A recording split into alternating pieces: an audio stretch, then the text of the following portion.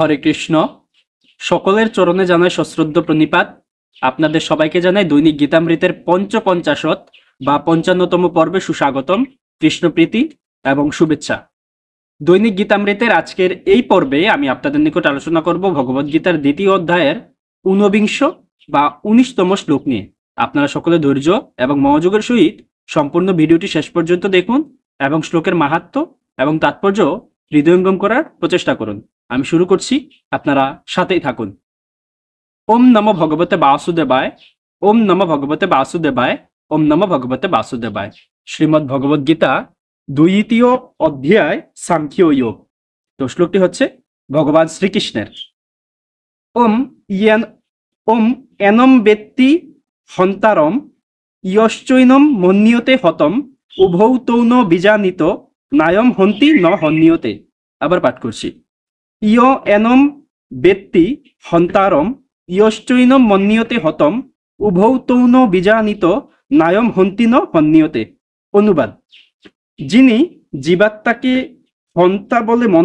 হন্তা বলে মনে করেন কিংবা যিনি একে নিহত বলে ভাবেন, উভয়েই প্রকৃত জ্ঞানী নন, কারণ আত্মা কাউকে হত্যা করেন না এবং কারো দ্বারা নিহতও হন না।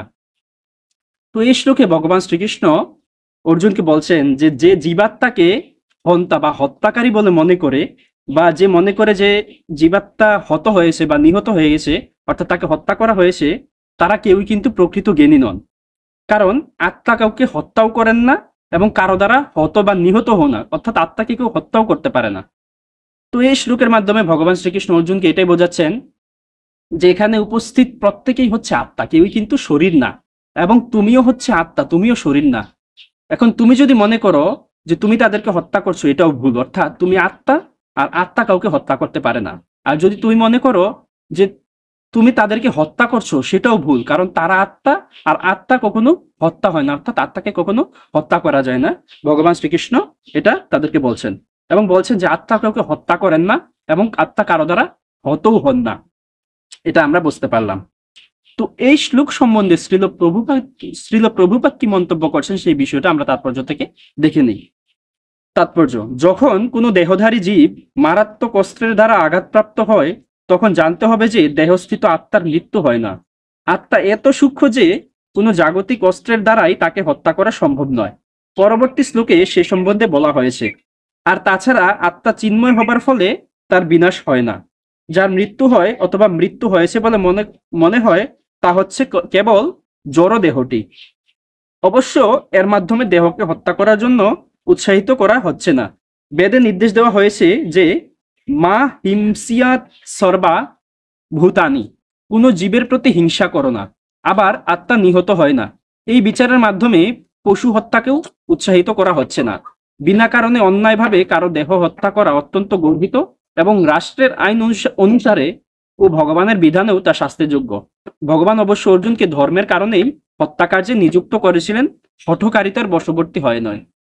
তো আমরা তাৎপর্য দেখতে পেলাম। তাৎপর্য একটা বিষয় ক্লিয়ার করে দেওয়া হয়েছে যে এখন যদি কেউ মনে করে যে আমরা হচ্ছে পশু বা অন্যান্য প্রাণী বা কোনো মানুষকে হত্যা করব, সেটা কিন্তু এখানে উৎসাহিত করা হয়নি। এখানে কেবল সমাজের বা ধর্মের প্রয়োজনে অর্জুনকে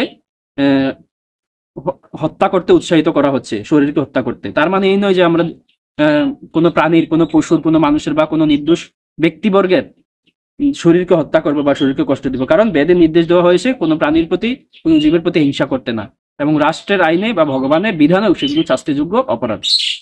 তো আজ এই পর্যন্ত, এতক্ষণ সাথে থাকার জন্য আপনাদেরকে অসংখ্য ধন্যবাদ, বিশেষ কৃতজ্ঞতা। তো আপনাদের সহিত দেখা হচ্ছে পরবর্তী পর্বে, পরবর্তী ভিডিওতে, পরবর্তী শ্লোকের পর্যালোচনায়।